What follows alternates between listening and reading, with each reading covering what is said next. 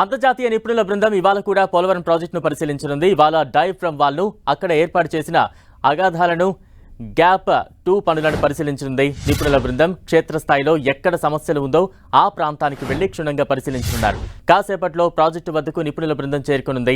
అంతర్జాతీయ నిపుణుల తొలి రోజు పర్యటన సుదీర్ఘంగా సాగింది. దాదాపు 6 గంటల పాటు పోలవరం ప్రాజెక్టును పరిశీలించారు. మొదటి రోజే ప్రాజెక్టులోని అన్ని విభాగాలపై క్షేత్రస్థాయిలో పరిశీలన చేశారు. ప్రాజెక్టుకు సంబంధించి పలు విషయాలను అధికారులను అడిగి తెలుసుకున్నారు.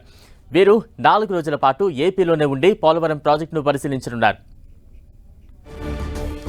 తాజా అప్డేట్స్ అందించేందుకు మా ప్రతినిధి శ్రీనివాస్ సిద్ధంగా ఉన్నారు. శ్రీనివాస్, బలరాం పోలవరం ప్రాజెక్టును 2వ రోజు అంతర్జాతీయ నిపుణుల బృందం పరిశీలిస్తున్నారు. కొద్దిసేపటి క్రితమే వాళ్ళు పోలవరం ప్రాజెక్టు ప్రాంతానికి చేరుకోవడం జరుగుతున్నారు.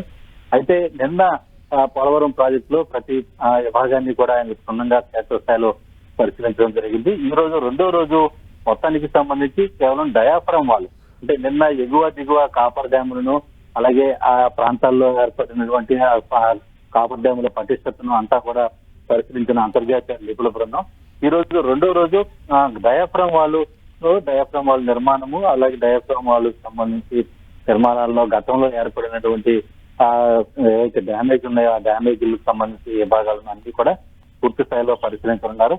డయాఫ్రమ్ వాల్ ఈ రోజంతా కూడా పరిశీలించిన తర్వాత గ్యాప్ 2 పనులు ఏ విధంగా చేపట్టారో అది ఏ మేరకు ఉన్నదనేది కూడా నిపుణుల బృందం అయితే కూడా పరిశీలించినట్లు కూడా అధికారులు తెలిపారు.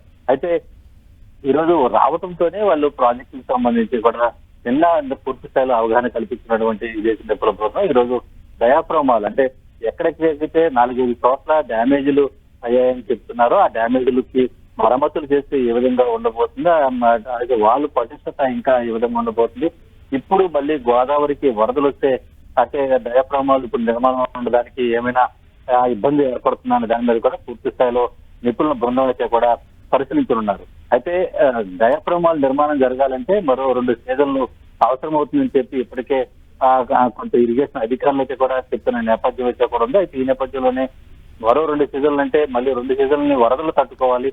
ఆ వరదలు ఇప్పటికే కొంత కూడా డయాఫ్రమ్ వాల్కి సంబంధించి వాల్ దగ్గరికి అప్పర్ కాపర్ డ్యామ్ నుంచి కూడా కొంత సీపేజ్ లీక్ అవుతుంది. ఈ లీకేజీని అరికట్టేందుకు ఎటువంటి చర్యలు తీసుకోవాలి, లీకేజ్ అయితే ఎటువంటి ఇబ్బందులు ఏర్పడతాయనే దాని మీద కూడా పూర్తి స్థాయిలో విదేశీ నిపుణుల బృందం అయితే కూడా చర్చించుతున్నారు.